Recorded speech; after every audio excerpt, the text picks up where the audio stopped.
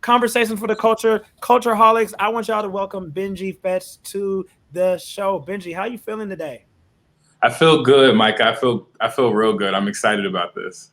Me too. So let's get into it. Let's get into it for people who don't know you. So like they got a little bio. Let's start off first off.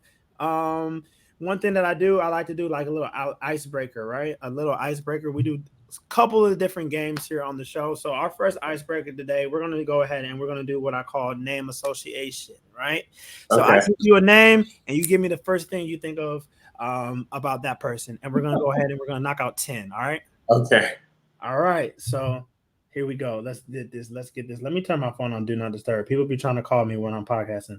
All right, number one, Future.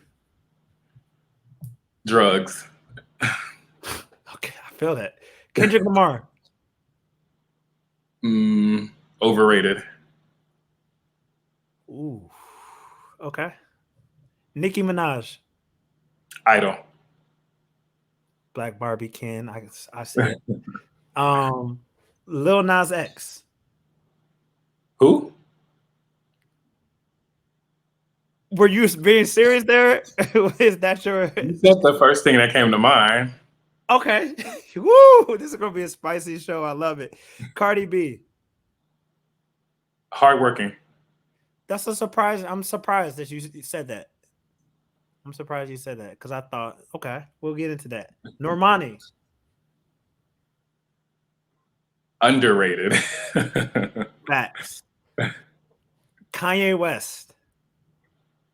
Genius.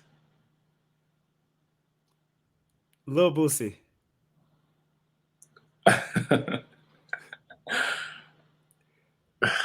Family. He remind me of my family. Ooh, we're definitely gonna get into that. Milan Christopher. Oh, my friend. Can you tell him to unblock me? Yeah, I can. Why? And Rihanna. Beautiful. Love it. All right, so two things that I want to touch on that before we get into this interview. The number one surprising answer was the overrated comment about Kendrick Lamar. Why do you feel like Kendrick is overrated? I think it's. I think I'm just not a huge fan of his music. I think he's talented. I just don't listen to him. You know. Okay. It could be because I'm from the East Coast, so like, and he's very West Coast, and it just doesn't resonate with me, you know? So I think it's more of the sound than like actually what he's saying. Okay, I feel that. I feel that. And then the other one, let's talk about that one, Lil Boosie. You said family. Yeah. You kind of talk about that. Well, I'm from Georgia. I'm from, like I said, Marietta, Georgia. So my family is very country. Okay. And they act like that, like Boosie. Okay, and, so not so much like the stuff that he be saying then. Child, yeah, the stuff he be saying too. Okay. Got you. So okay, wow, that's crazy. That's crazy. So talk to me real quick. So let's go. I want to go back to the beginning, right? Okay. Something that stood out. It said like you grew up in the projects of Lyman Homes, better known as Baptist Town. What was that like growing up? There, as a child, you don't really realize that what you're going through. You just live it. You know what I'm saying? So it was fun. I had a lot of friends. I was always outside. You know, we always ate together. Our families were close knit because they needed each other. You know, right? So it was like a whole culture, like a little society. Okay, I feel that. How old are you, by the way? I'm 26.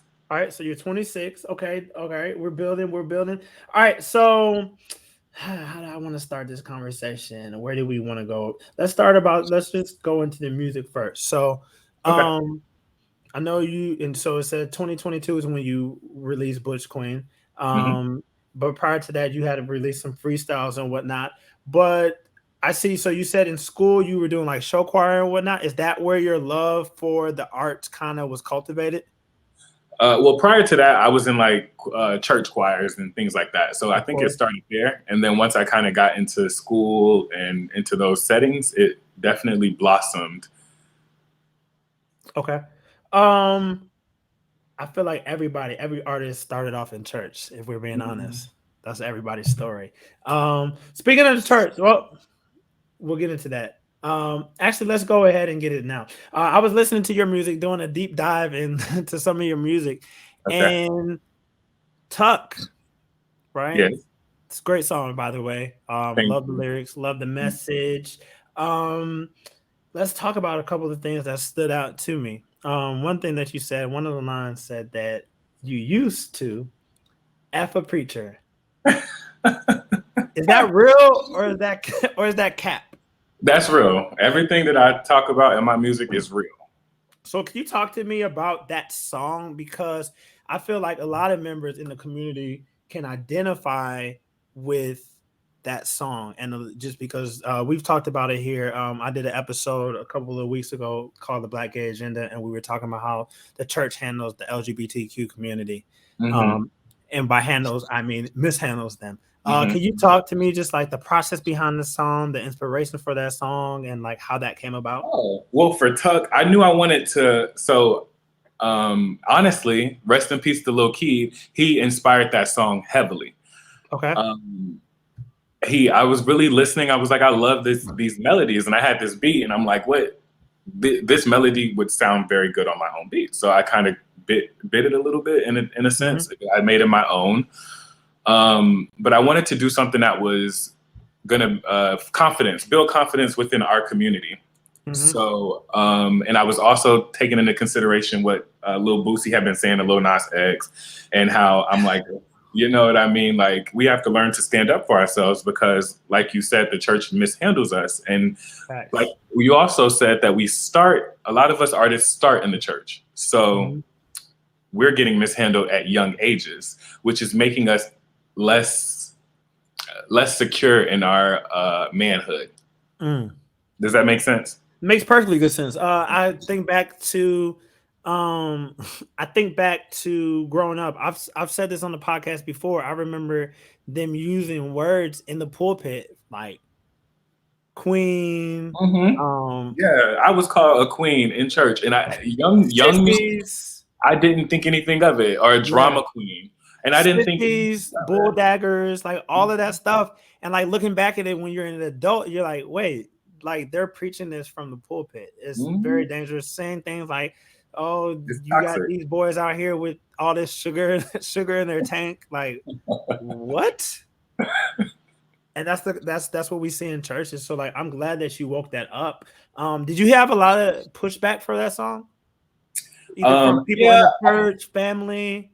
yeah. So my family, not so much. Well, my ballroom family. I think they kind of took offense. Like the trans community probably was like, he's talking about a tuck. But it's. I made the song to bring notoriety to that. You know what I mean? You are a person. You are your own gender, or So Right. my goal was never to insult anybody, but to lift us up and give us confidence. So when it comes to, and I feel like I feel like when you're actual member of a community, of the community, you can have more leeway to do certain things. As we know, this past 2 weeks ago, Kendrick Lamar went ahead and he released his new album. On the album there was a song called Auntie Diaries. Have you heard about that yet? Have you heard the song yet? I don't think so. I told you I don't Okay. listen to Kendrick Lamar. Okay. I've heard one song where he was having like an argument back and forth. I thought that was pretty cool. Yeah, that one wasn't. So Auntie Diaries is a song about his, basically he's getting a lot of flack for it because he was supporting the LGBTQ community, but at Oh, I the do same know what you're time, talking about. yeah, he misnamed the member of his family who transitioned, and he also at the end of it Really? used the F word like 20 Faggot. times.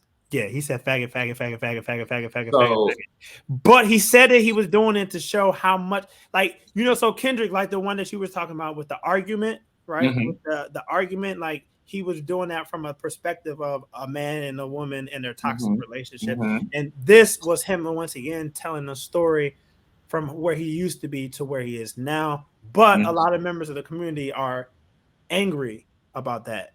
Yeah. I think so when white people Mm-hmm.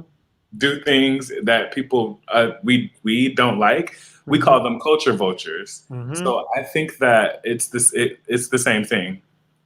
No double standards. If he's not gay and he wants to, tap into our culture, he's a culture vulture.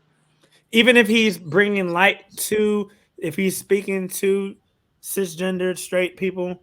If Britney Spears says nigga and puts a black guy on a song, what do you? Exactly. Yeah, Exactly. Exactly. And yeah, that was the thing. I get where he was coming from. I get his approach, but at the same time I feel like it was the wrong delivery of the approach. I have to listen Um, to the song to make an accurate judgment, but based off right. of what I've seen and heard, Yeah, not a lot of Coach, people are rocking with it. So you mentioned ballroom, right? You mentioned ballroom culture. A lot of people don't know what ballroom is. Um, can you tell the people who may be listening who may not be familiar with ballroom culture, and then also how did you get into it? okay. So ballroom is, I look at it as a place for the LGBTQ. It was curated for the trans community to have a place for them to, live and express themselves freely. Hmm. So then Buchqueen started to join in, and now it's a whole thing. I got involved through my pops, Assad. Shout out to Assad, love you, pops, and Exotic, Andre Mugler. Um, they just approached me and was like, they think that this would be good for me. I had just lost my father to suicide, and I Mm. was really looking for camaraderie, which even God rest his soul. If my father were alive, I still would still have been looking for the camaraderie because he wasn't quite like me, And luckily, I found this group of guys that was like me, so it worked. Nurtured me. Now I'm an entrepreneur thanks to them. They inspire me to do a lot and to stay focused. I love that because family isn't always who you're born into. The people Absolutely. that the people who have the same blood as you, your family that you was raised with, and all of that. Were they accepting of you coming up? What was like your journey as coming out, as they as they say? So once I decided that, like, well, okay, I've been living on my own since I was 17. Oh wow. Yeah. So, and it had not originally didn't have anything to do with my sexuality. It was Okay. just I my we I don't know how personal I want to get about it, but it was Right. money thing, and my mother wasn't able to hold things down. So I ended up moving out, and then my father was like, "Okay, move in with me," which he and I didn't really have a close knit relationship because I knew in my head I'm gay, and this man is not going to be supportive of that. But let him convince me to move in, and I did. So, but once I realized that I was seriously going to start dating men, and that one day I would probably have a husband, I decided I wanted to tell my mom that I was gay. Right. And so I did that, and she told my father, who I had been living with for maybe 2 months at the time, and he was like, "You got to go." So Oh I had to wow. kind of figure it out from there as well. Mind you, I was probably 17, 18 at that time. It was like all over a year span. Right. So my best friend Dietrich, love you. He let me sleep on his floor for a while, and then I got a job, got my own place, and just elevated. And I've been elevating ever since. I love that. I love that. Being able to bounce back from adversity is a really important thing. But You said something. You brought up Butch Queen. So not only you brought it up when it came to the ballroom culture, but also Butch Queen is the title of your EP. Um, yes. People hear Butch Queen, and unless they're in the community, they're like, "What is that?" So, what Mhm. is Butch Queen? So a butch queen is just a gay boy. A femme queen would be like a trans woman. So if you're not a trans woman or super feminine, you're butch. So you're a butch queen. That's all. Nothing. It's not too. It's nothing too deep. There you go, guys. Y'all are educated, okay? Y'all are uh, educated. So let's get into this project, Buchqueen. We talked a little bit about it. With that first song that I was like, whoa, that was a lot. I was like, that was a lot. I love it. I love it. How did Buchqueen come about? the EP. Yeah, the EP. Oh well, I'm an poet first, so I'm always writing. You know what I'm saying? Mhm. And eventually, I was like, okay, I like rap. I like hip hop. Heavily inspired by Nicki Minaj. So I was like, I'm gonna start, you know, making music. So I started doing that, and I've always known that I wanted to do an EP, and I knew I was going to name it Buchqueen. I knew that when I found as I was like writing these things years ago, because I'm a butch queen and I write about my life, and I'm very vulnerable with my pen. So I'm giving you an insight to the life of a butch queen, and I'm not your average butch queen. I got a lot of cool stuff about my life. So So, abandonment issues. I want to talk about abandonment issues with you. What was the inspiration behind that song? Because it was pretty heavy listening to it. I'm like, wow, this is really deep. yeah. So I was in a relationship. Honestly, my entire EP I wrote and recorded while I was still in my relationship. So it Mhm. was from that perspective of just an unhappy spouse. Um, However, my partner and I were sitting in a car, and that first verse, those were words he was saying to me. He said to me, "I just feel like you don't love me for real. You're only here because it's comfortable." What did I say? Said I loved you, but I didn't mean it. He told me that I feel like you don't mean it when you tell me that you love me. Mm. Uh, Babble muster because I wasn't thinking. I mean, you cool, but I just like the feeling not being alone, having somebody there. So he told me that you are just comfortable with me being here, and you're not actually in love with me. Oh wow. Which I didn't feel that way, but when you're in a relationship and he was older than me, a guy who's 9 years older than you, they will try and manipulate and gaslight. And so I think to get his way, he kind of just threw that at me. But I was on my phone and I was writing at the time. So I'm like taking all this in, like, wow, so if this is what you think of me, there must be other guys that think like that. You know what I'm Hmm. saying? So Hmm. I just wrote. I've seen that. Yeah, a lot of people they definitely do gaslight, especially when it's that older, younger dynamic. And then I have to just think. I think at the same time though, it's just like for sometimes it's like two different worlds, right? Mm-hmm. Because Mm-hmm. like when you have somebody in their 20s versus somebody in their 30s, and like it's like that 9 year, 8 year, 10 year gap, and it's like those people who might be in their later 30s or whatever, they expect the person who's younger to have it all together, even though they can't forget 8 years ago you didn't have it all. You didn't have it all Mm-hmm. together, and then they try to Absolutely. play the whole power. They use age to play a power dynamic. I see that happen all the time. Absolutely. So what was it that was like the catalyst for you guys to go ahead and break off? If you want to talk about it. Yeah, of course. I just started to feel like, um, not started to feel, I had been complaining of the same things for the dynamics of our entire relationship. I got tired of being accused of cheating. I got tired of being manipulated, being Hmm. not being treated like a partner, things like that. So, and I would tell my partner these things and I would give him examples of like, okay, you did this. So next time, don't do that. And it just would continue to happen over and over and over and over in lots of different ways. But it always boiled down to you don't respect me as a person. You don't see me as a Mm. partner. If you did, you would listen to the things that I told you the first time that I told you. So Okay. Okay, so we're about to take a break and then we're gonna be right back. All right, we're gonna take a break and then we're gonna dive in a little bit deeper and let our listeners get to know you a little bit more and see where that goes. Okay, you I all are listening to Conversation for the Culture. I'm your host, Micah Butler, and we will be back after this.